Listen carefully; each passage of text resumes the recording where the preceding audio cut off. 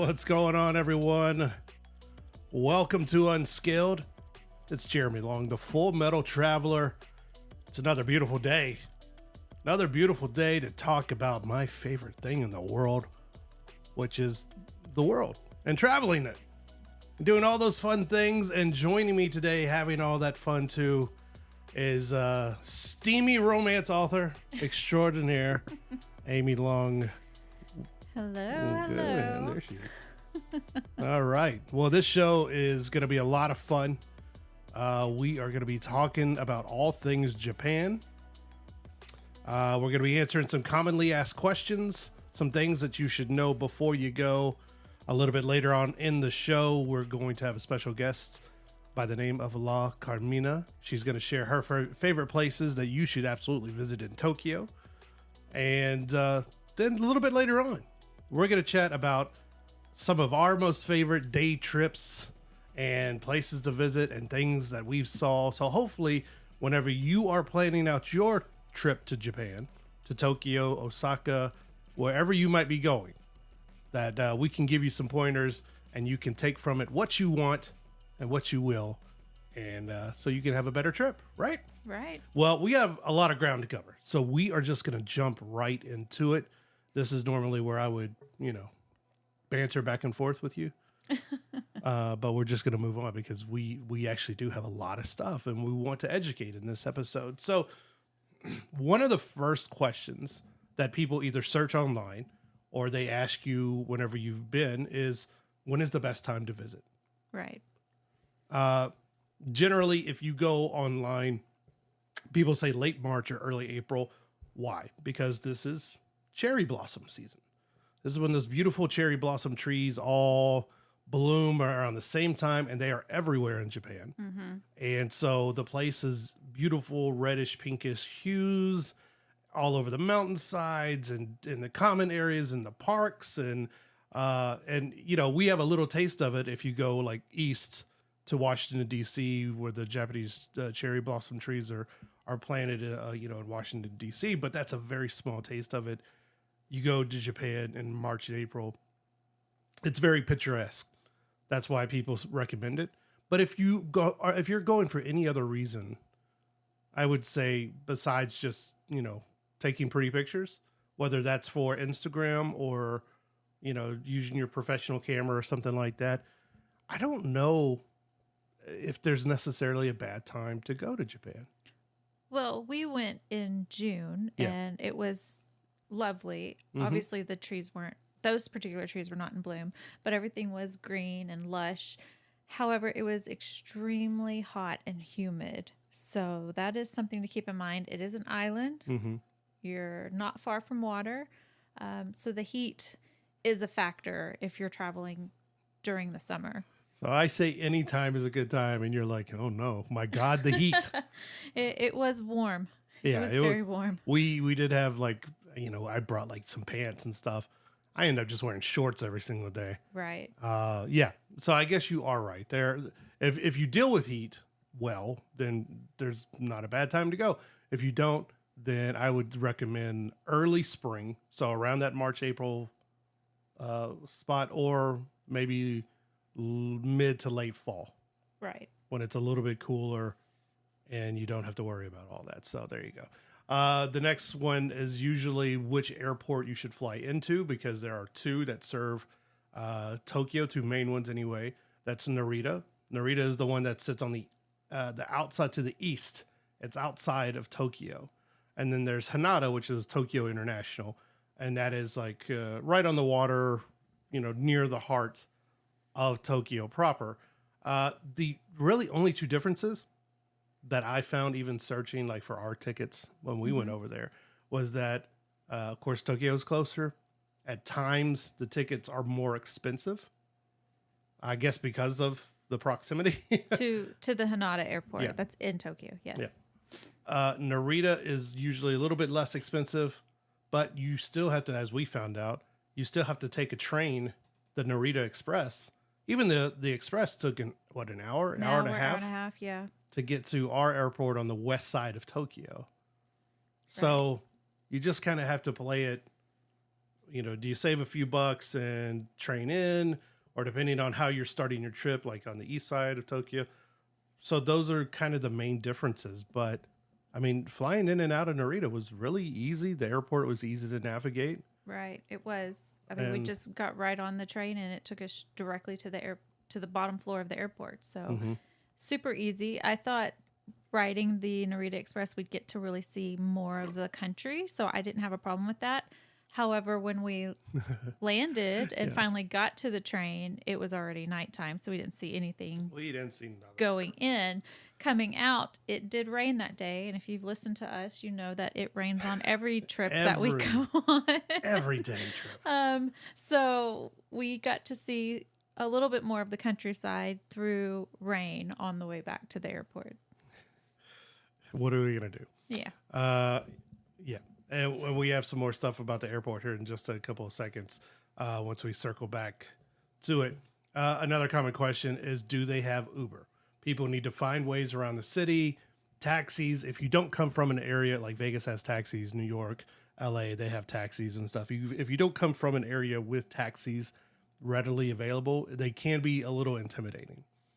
You've probably heard horror stories about people being ripped off and things of that nature, which are really kind of blown out of proportion, even though, sometimes they are true, I guess. But yes, in certain parts of Tokyo, mainly for the most part of Tokyo, in the larger cities, you do have Uber. Their Uber, you can still pull it up in the app, but it is going to be a taxi style vehicle that comes to pick you up. And I guess it's just how they do their rideshare thing. Now, hailing a taxi is, did we really stand on the side of the street and hail taxis? We did not. No. Most of the spaces we were at were very tourist heavy and would have kind of taxi pickup and drop off locations where they would already be queued and you would just get in line and get in the next one. Yeah. But especially the airports. Right. The airports have very long lines. A lot of the bigger tourist areas where it was more shopping, things like that, they would have stands with very long lines. So we did find it easier to just order an Uber taxi and bypass the standing line to wait for our Uber. Yeah.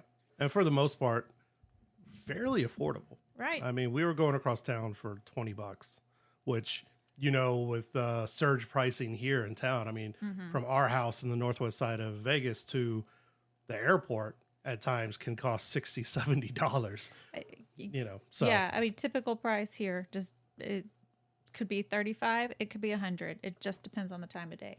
Speaking of money, also people want to know, what is that tipping situation like? We are a tip heavy country. Here's the great thing about Japan. It's not expected. It's certainly, they don't look for it. The great service is included in the price of the meal, which is a shock, right? We went to Tropical Smoothie earlier. I thought the dude at the counter was going to drop kick our sandwich away because you decided not to tip.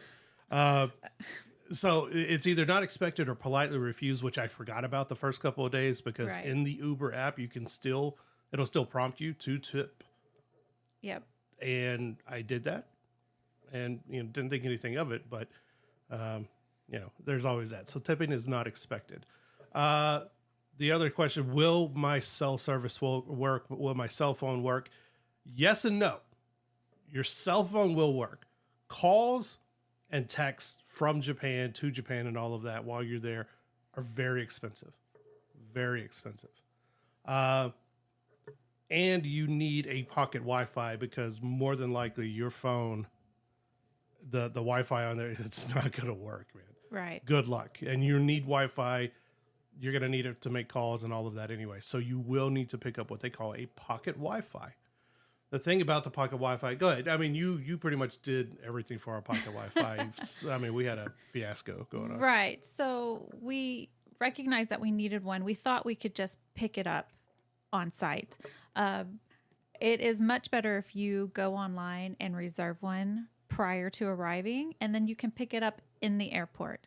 And the reason you need this is because as we travel around, if you're not connected to Wi-Fi in a building, things like that, you're using your cell service. Mm-hmm.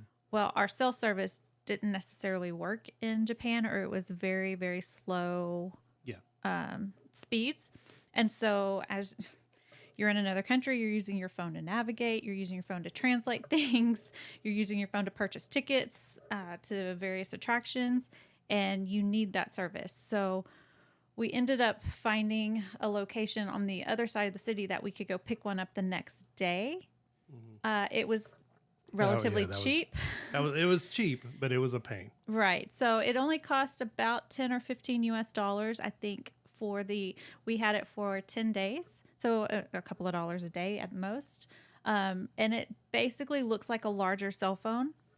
You turn it on. It's a hotspot pretty much. Yeah, it's a hotspot. It does only last, they say, I think 8 hours, and it comes with a backup battery that's only supposed to last another 2 or 3 hours. Most of the time it lasted us all day, and you can connect multiple devices to it. So we were all 4 of us were connected to it. Yeah. It worked no problem. I did find the first day that at night when you charge it, it turns the Wi-Fi back off. So you have to remember to re-engage the Wi-Fi when you turn it back on the next day.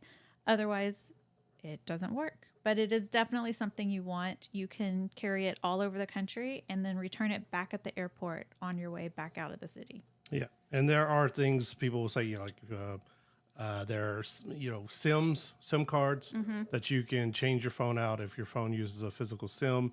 If you need and want to use calls and text from your phone without Wi-Fi, get you a SIM card also there at the airport, and you can just pick it up, and they're just a few dollars or whatever. Newer phones like iPhone 14 and up, I think, use eSIMs, so you don't necessarily have to do it. You just need to make plans with your cell provider. So there are international packages you could buy for like T-Mobile and things like that. Right. But for us, pocket Wi-Fi, enable Wi-Fi calling, and using, of course, our favorite app, WhatsApp. Right. Using WhatsApp for calls and texts, as long as you have that Wi-Fi installed, everything is all good. So, those are a few commonly asked questions. Now, later on in the show, we're going to get into train travel, rail passes, and of course, our friends over at Japan Rail Pass. And is it worth the investment? It is a little bit of an investment. It just depends on what part of the country you are trying to see. So stay right here. When we come back, we are going to talk with La Carmina about her favorite places to visit in Tokyo and the subcultures and everything that kind of fly under the radar in what we perceive as such a buttoned up country. You might be surprised. Keep it right here. It's Unscaled.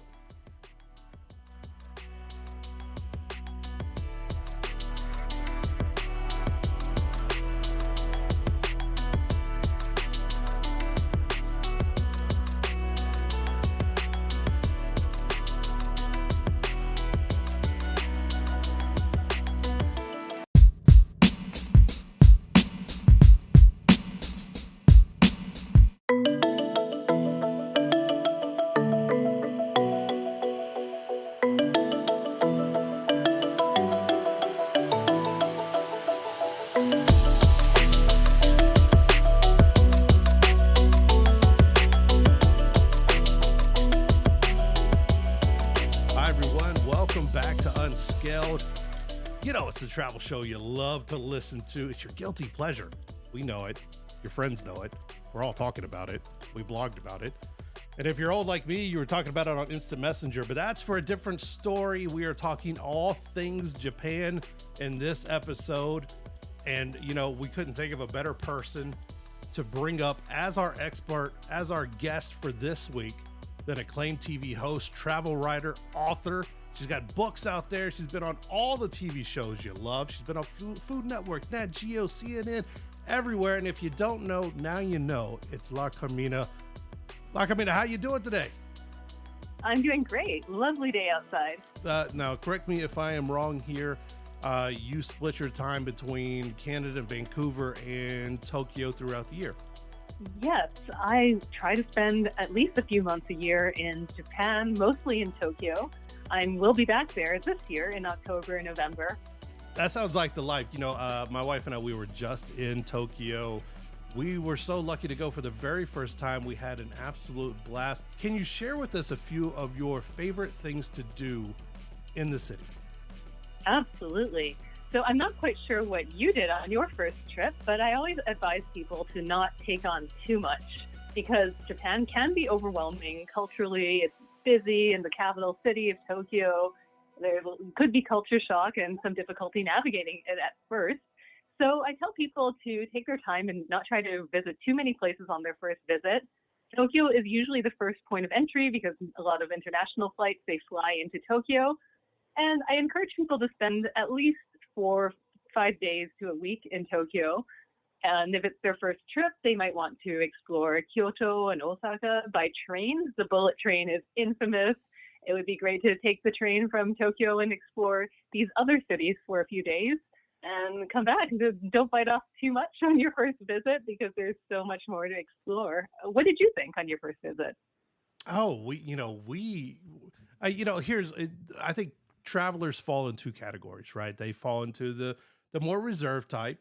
They like to plan ahead and they like to have everything as prepared as possible. And then there are a little bit more adventurous type.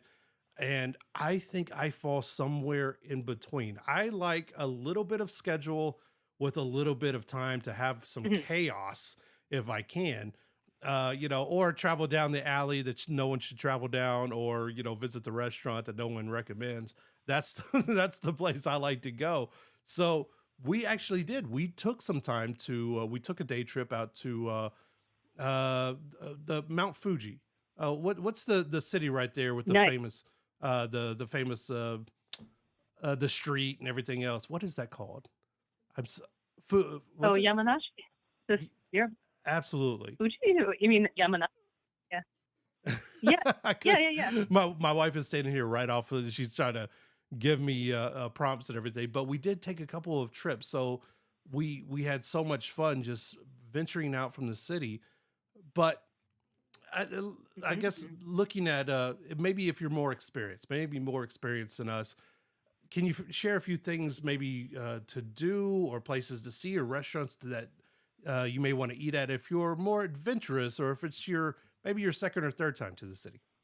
Yeah, I'm very glad you got to see Mount Fuji. Yay. Gorgeous. I always like to say Japan is a great destination for anyone because it depends on your travel style. Are you into nature or food? Are you with your family? Are you an older traveler, younger? There's something for everyone. And that's what I love about it. So while you might want to tailor it to your particular interests, for me, I love gothic culture and subcultures and fashion. So you might see me in Harajuku shopping and you might see me at the gothic clubs in Shinjuku. But I think everyone can enjoy the food. It's the best food in the world, if you ask me, at all price points. So I encourage people, if they're coming the next time around, maybe try some more out there foods without English menus, foods where it's all in Japanese and there's just a tiny place, maybe a little grill, a little izakaya or a home-style grill, or, just a really local place with food that people may not be as familiar with, such as okonomiyaki. That's one of my personal favorites. It's a Japanese savory pancake. I just think food is a great way to dive into a culture and explore. And even when I go back, I've been going since I was a child, and I still discover new food and new people every time. What are a few of your absolute must-do day trips from Tokyo for visitors? Well, you mentioned one of my favorites, Fujisan, the mountain, but also Yamanashi, the area I mentioned right by it. So there's a lake, and there's the mountains, but Yamanashi also has an amazing amusement park called Fujiku Highland, and there's a music-themed European garden / amusement park. There's just so much to see there. It's also a nice breather, as you probably discovered, away from the bustle of Tokyo. It's a whole different world, and there's just nothing like the scenery of Mount Fuji. There's this feeling, this vibe that you just don't get until you're there in person. So that's a favorite of mine. And again, it depends on your interest. If you love history and old architecture, Kawagoe is a great place to go. It's not too far from Tokyo, which is nice. I don't personally like to take very long day trips. I like to go somewhere within an hour and a half and come back the same day. That's a district that preserves the old Edo style architecture, the peaked dark houses, and on certain days of the month, you'll see people wearing kimonos there, going to temples. So it's kind of like a slice of history going back in time to ancient Japan. We're chatting with acclaimed TV host, travel writer, and author La Carmina. You can catch up on all of her adventures at lacarmina.com. Or, of course, you can follow her at La Carmina all across social media and everything. So be sure to do that. A lot of first-time travelers to Japan, they often view it as a very, like a super reserved nation. That's kind of what's put out there for Americans to observe about the nation and everything. But there is this vibrant Gothic subculture that you mentioned earlier. Can you explain to us, what that is, what it's about, and how it might compare to the U.S. Gothic scene? Sure. I love how there's so many contradictions in Japan, and somehow it all works as people might think. It could be a very polite, reserved society. You see the businessmen, the salarymen in their suits, and people cramming onto the trains. But at the same time, Japan is great because it allows you a space for personal expression. The general sense is if you do your duty, day-to-day life, you're professional, you can have your space in your private life to be who you want to be and express yourself to the fullest, as long as it doesn't, overlap with your public space. So as a result, you'll see people at these fetish parties or Gothic parties going all out in the way they dress up, in the things that they partake in. You can be who you want to be, and you're accepted there.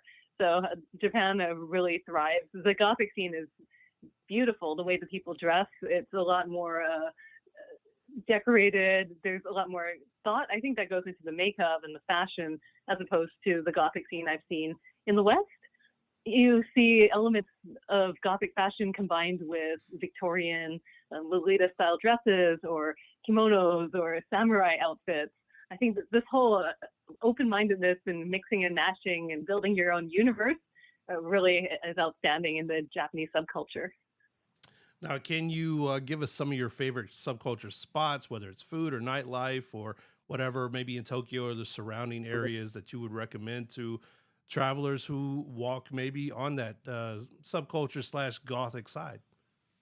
Yeah, so Osaka has this shop called Territory, and it's an occult / satanic dark shop with antiques and all these oddities sourced from around the world, a lot of Japanese items as well with a dark bent. So I encourage people to check that out. That's Territory shop.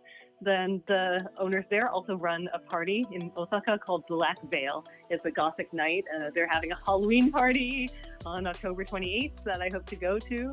And then Tokyo, you'll of course go to Harajuku, check out the Gothic punk Lolita fashion.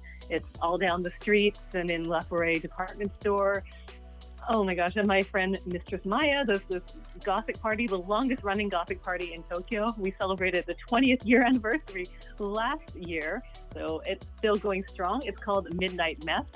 And just, if you look at my site, lacarmina.com, look up Tokyo Gothic Nights or Gothic Guides, and you'll see everything there.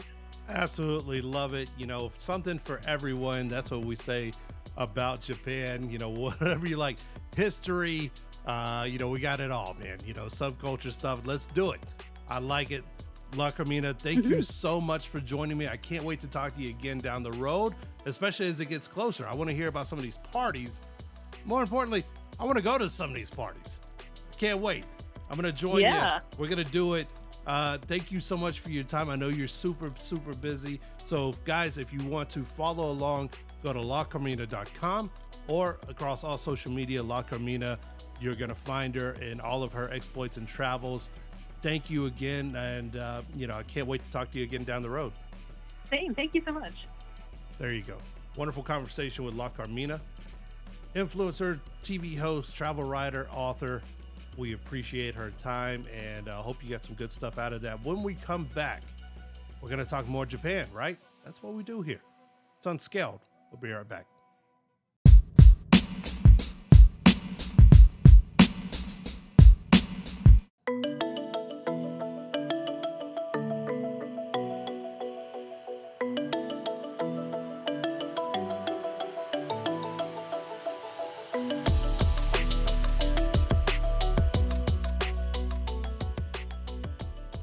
Hi, everyone. Welcome back to Unscaled. Jeremy Long here with my co-host Amy Long, Hello. spicy romance author, doing her thing. We're talking Japan, all things Japan, giving you some of our favorite spots that we hit, some of the good, day trips you can take if you're heading out from either Osaka or Tokyo or wherever you happen to land in Japan. So this is what we're talking about. We already kind of went through Tokyo. Except for the last part, we wanted to get to very quickly a day trip that we did take over to Fuji Yoshida. Fuji Yoshida is where you're going to find, and you can hop on the bullet train, right? The bullet train took what, an hour and a half? Yeah. The thing with that too, though, was we realized we should have booked tickets because even though we had JR pass, there are reserved seats, and so we were not able to take the train all the way into the city. We could only take it so far, and then we had to get off and get on a local train to go the rest of the way. Yeah, and before we end, we are going to talk about the JR pass. So that's where you're going to find the Churito Pagoda, or Pogoda, the real famous one. Probably seen pictures of. Again, all these places are real famous. They're at the top of like the 5 top of the million hill, stairs, and you see Mount Fuji in the distance. That's also that same city is where you're going to find the Shimiyoshida Honcho Street, like the Fuji scenic spot where people are like crossing a busy street, and you see Mount Fuji on clear days. On clear days. On clear days, you're going to see Mount Fuji. If you're traveling with us, you are not going to see it because it's always freaking raining. We saw the bottom of it. Mount Fuji is huge. Okay. It is a huge mountain. And we saw the bottom. You couldn't see the top. On clear days, I hear it's beautiful. I've seen pictures. Maybe next time. It's gorgeous. Maybe next time. If you're in Osaka is another very popular city to stop into. A couple of things to do. Osaka Castle, if you like castles, cool. One thing I was disappointed in, and a lot of these old castles that have been rebuilt, one, very sad. It's a lot of them were destroyed in World War II. The little thing happening over there. Since then, the insides have been basically turned into museums. Mm-hmm. And if you like museums, cool. If you're not really a fan of museums, then you're good probably looking and taking pictures of the outside of a lot of these castles. Osaka Castle is huge. The grounds that it sits on is huge. And they've turned into, other places have turned into museums and shops kind of around there. And they give the history of the Osaka Castle. A lot of battles, a lot of cool stuff. One fun day trip we did take was the trip over to Nara. Probably one of my favorite things we did. So why don't you tell us a little bit about the deer if that you you've adopted? never heard of Nara, it is one of the places in Japan where the sacred deer just live. They live in this park, hundreds of them, and they like to be fed. And these deer, you've probably heard of them, they will bow to you so that you feed them a biscuit. Impatiently. If you are afraid of deer, I suggest you not go to Nara Park because they will get a tiny bit aggressive. Yeah. I did read on the way over there, it said they have been known to headbutt people. They will try to take the biscuits out of your hand. Some of them were more reserved, but we did have some follow us all the way over to what is more commonly known as the Great Buddha Temple. Which is inside the park itself, but you do need tickets to get into the actual temple. But this, you've most likely seen these pictures, the giant Buddha that is, what is it? I think 40 something feet tall. It's enormous. It's bronze. Yes. It is huge. But you have to see it. So Nara Park, definitely a great day trip to take from Osaka or even Kyoto if that's your home base. Yeah. It's about an hour east of Osaka, the center of Osaka, maybe an hour south of Kyoto if you're coming from that direction by train. Again, we're going to talk about the JR Pass. We decided after Nara, the next day, we took the bullet train over to Hiroshima. Right.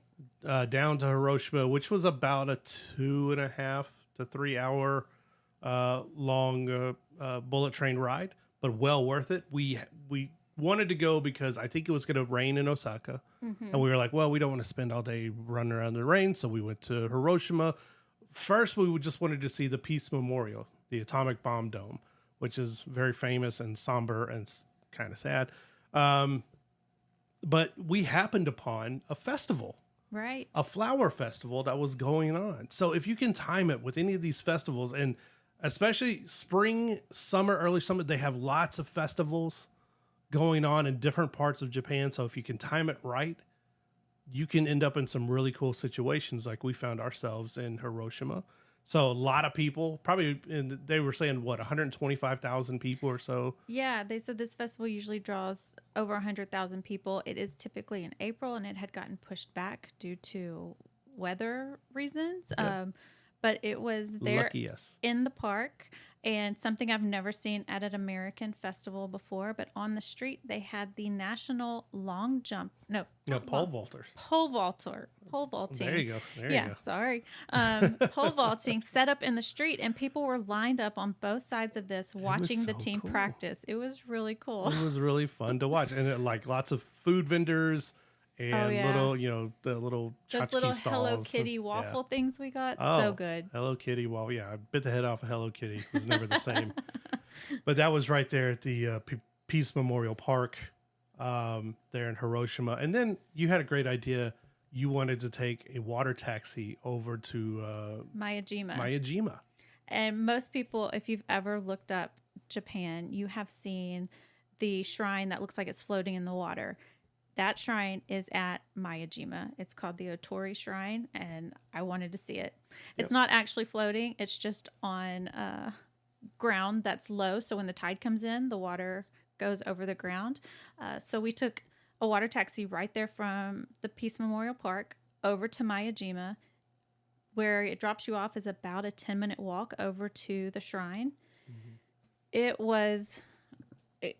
The line of people to take pictures in front of the shrine was unbelievable. I've never seen a line that long before, but it was really cool to see that. And then on this little island, more sacred deer that bow to you, wanting biscuits and ice cream. They actually like ice cream more on Miyajima than they like biscuits. Taking it out of little kids' hands, that was funny.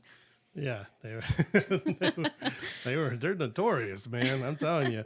And also that shrine, man, what was the name of that shrine? It starts with an I. I can't say it. There's like 12 letters in it.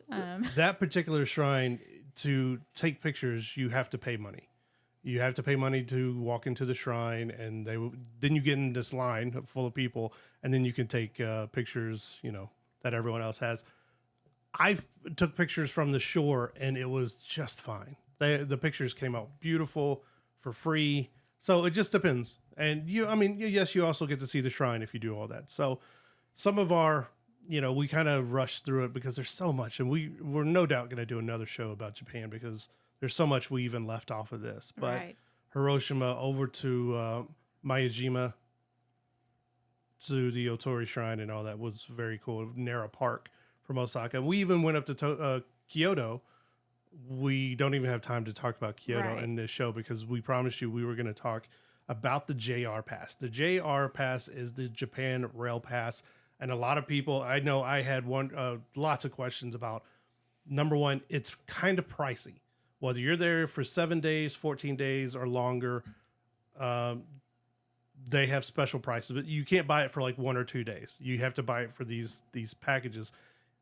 The JR Pass is only for people who are visiting Japan. Japanese residents, citizens cannot buy this pass. So it's especially for tourists of the nation. It is a little bit pricey. It's a little bit of money up front. But once you realize all the places you can get to, and all the things that the JR Pass covers, you realize why and that it's actually a good deal financially. Right. If you plan on traveling outside of the city. If you fly into Osaka and you only plan to be in Osaka, I wouldn't recommend a JR Pass. Exactly. Right. Okay. Because there are day passes for those cities. Like Kyoto has a day city and metro pass, like for the subway and everything else. Tokyo, Osaka, they each have those 2 or 3 day tickets that you can just ride as much as you want as long as you're staying in the city. So if you plan on doing that, don't get a JR pass. If you plan on taking the bullet trains anywhere, which I know they're called the Shinzoken or something of that, I butchered it, I'm sure. Shinkoku. I can't. There you say go. It, sorry. Good job. You made it look better. I can see it. I can't say it. Yeah, I know, right? So if you plan on doing the day trips out, like we've talked about, if you the JR Pass covers the bullet trains, they cover regular everyday trains. A lot of the lines, the majority of the lines in Tokyo, a lot of them in Osaka and other places as well. Mm-hmm. You just have to look. You have to kind of do your research. They do cover some ferry rides. In fact, there was a ferry from Hiroshima to Miyajima, right? There was. It was just farther away, and it took longer. So we opted to do the water taxi because it was closer and it was, I mean, half the time. And there was like 20 people on the boat. But the JR Pass covers so much stuff. We still don't even know what all it covered, but we used it. It was a little pricey, but definitely worth the price with how much we wanted to move around the country. Mm-hmm. We were able to just reserve seats on trains. You don't have to reserve seats. That was a question we had.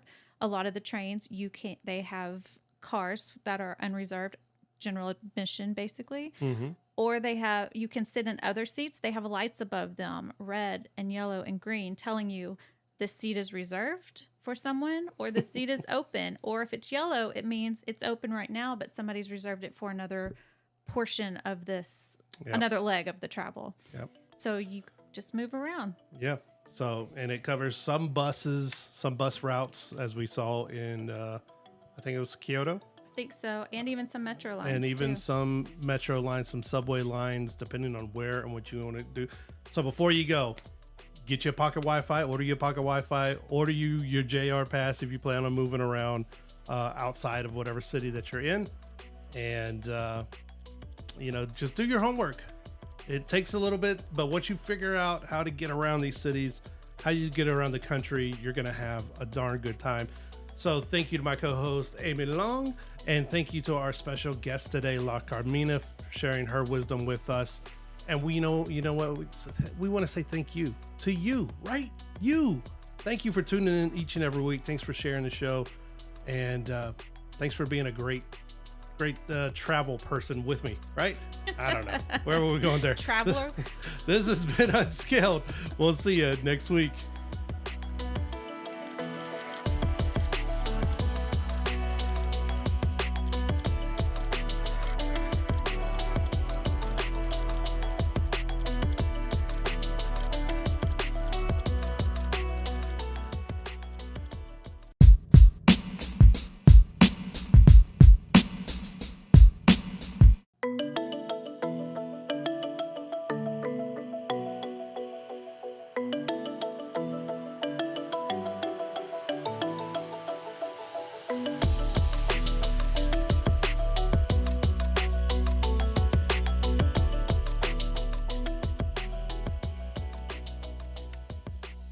Hi, everyone. Welcome back to Unscaled.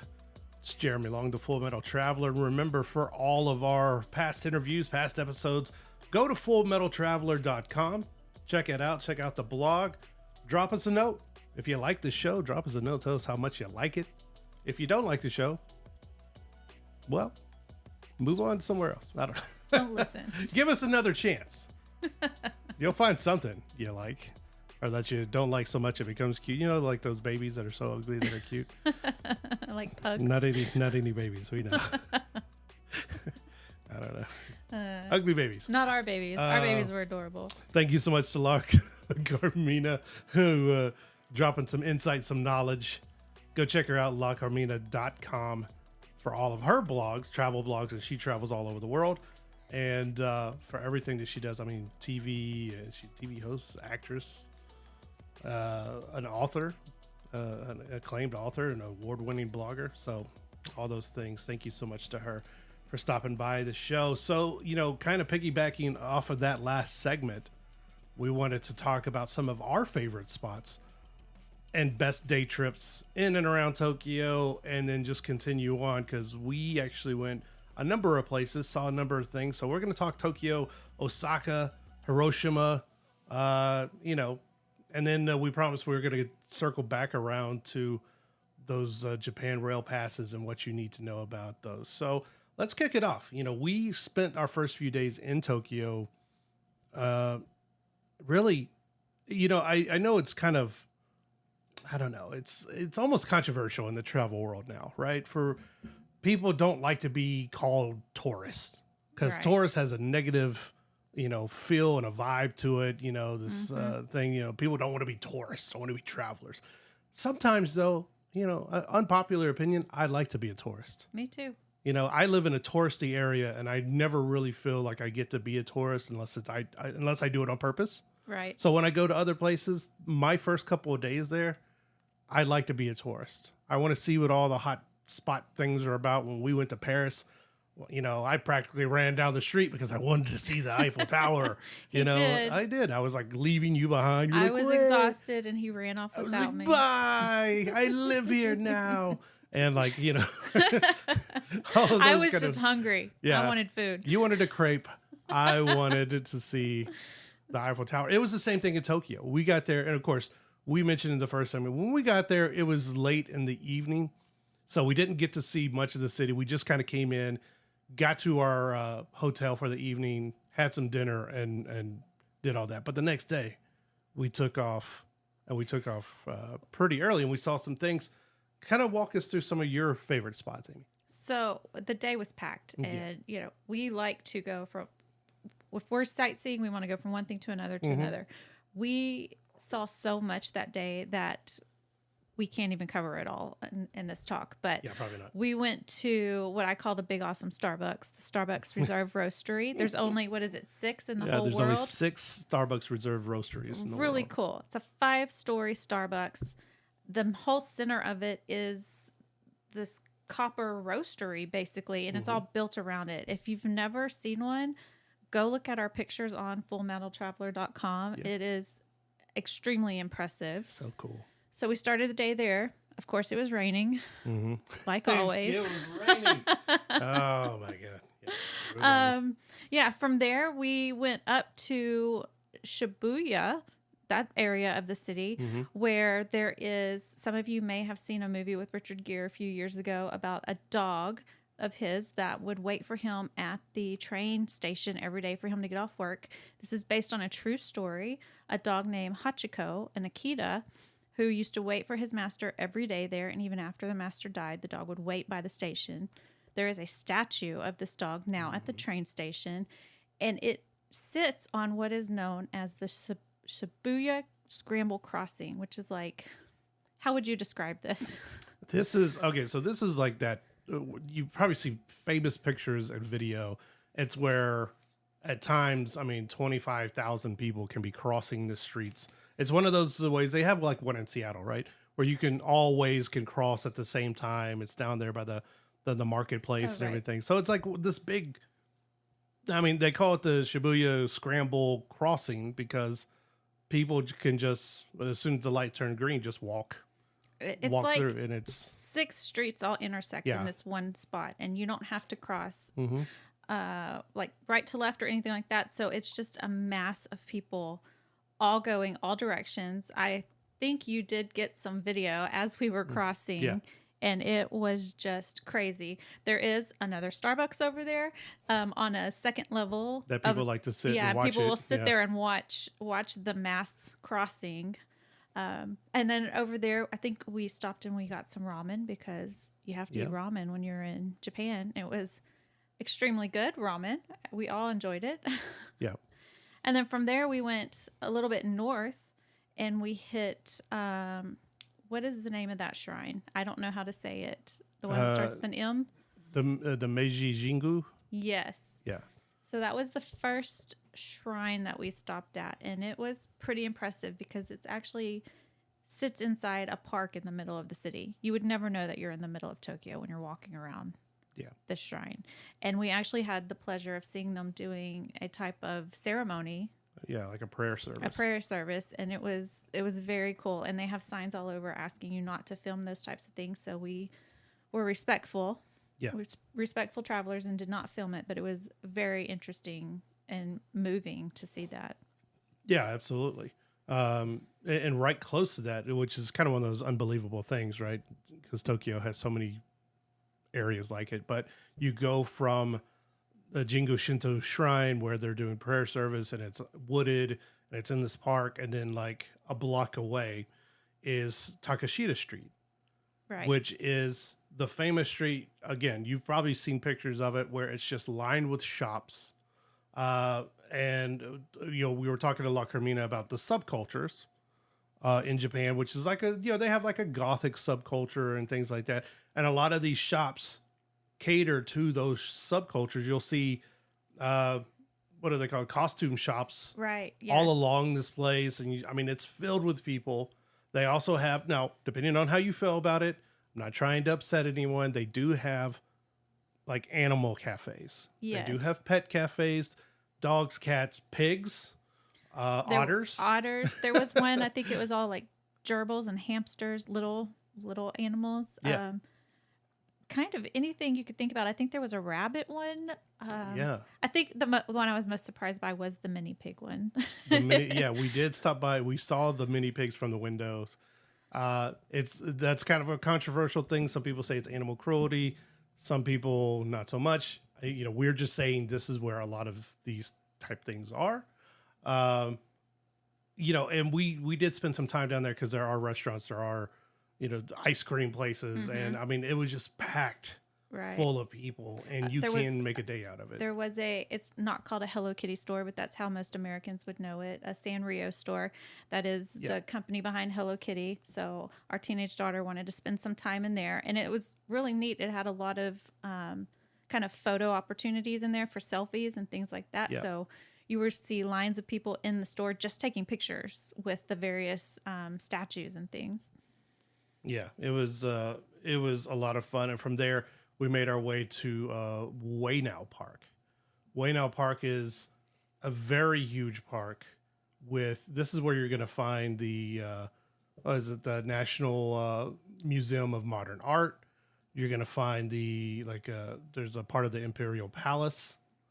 There were several the museums zoo? there. There was a zoo. Yeah. They had a lake where you could rent like rowboats or rowboats and the swan boats. And which we did. We did, and it was we fun. got into the swan boats, and it was so much fun. And there was another shrine in the middle of the park, and then there were also food vendors out there. So we kind of wandered around the park for a bit of time before making our way back down towards our hotel, and that kind of rounded out the day. It doesn't sound like that much, but it was a lot to do in one day. But we had fun. The kids had fun. It was a great first day in Tokyo. Yeah. And saying that, going like if you have smaller kids, if you're going around with smaller kids, again, that tourist versus traveler thing. Like if travelers are hell bent on like no Western food, I want to whatever culture I'm in. And that's totally fine. Do that. But sometimes if you're traveling with little ones or if you are just starving and you got to have food, okay, you might wonder, probably another one of these commonly asked questions, like, what about Starbucks, McDonald's, my favorite fast food places? Now, we already mentioned they had the huge Starbucks, the big awesome Starbucks, as Amy calls it. So the Starbucks is everywhere. Right. Tokyo is like New York. There's Starbucks everywhere. There are a surprising number of McDonald's. It's just like an American city. It's very westernized and everything. Other chains, not so much. Now, they do have tons of 7-Eleven stores. Now, 7-Eleven, we're going to talk about them. They're like the lifeblood. Right. That's where you go to get ATM because you're going to get some of the best rates, exchange rates, as far as cash, dollars to yen. And you can get really good food that they deliver fresh every single day, which is what a lot of business people in Japan do. They just stop by 7-Eleven and pick up lunch. Boom. Right. There you go. Done. But like there are maybe 4 Wendy's, and we were actually at the grand opening on accident of a new Wendy's location in Osaka, I think. Right. There was supposed to be a Wendy's on Takashita Street, but apparently it had turned into a clothing store. Yeah. Or it was, so I don't know. I think McDonald's was the only American chain down that I there. saw on the regular. Yeah, on the regular. outside of that particular area, there were a few other chains that we came across, but not fast food chains, more like your bigger restaurant chains. Yeah. Yeah. So, you know, it kind of puts you at ease knowing that, again, if you're traveling with little ones, I mean, sometimes they just need a nugget, you know. I need a McNugget, Mom. Sometimes I just need a chicken McNugget too. Yeah, me too. And, you know, and also a lot of these places we found out, like that Wendy's we went to, it's not just Wendy's food as we know it. It's, I mean, there's pastas like shrimp scampi, Right, things right. like that. You just got to check the menus. Oftentimes, if you go in there, they'll have a Japanese menu and you flip it over and the menu will be in English.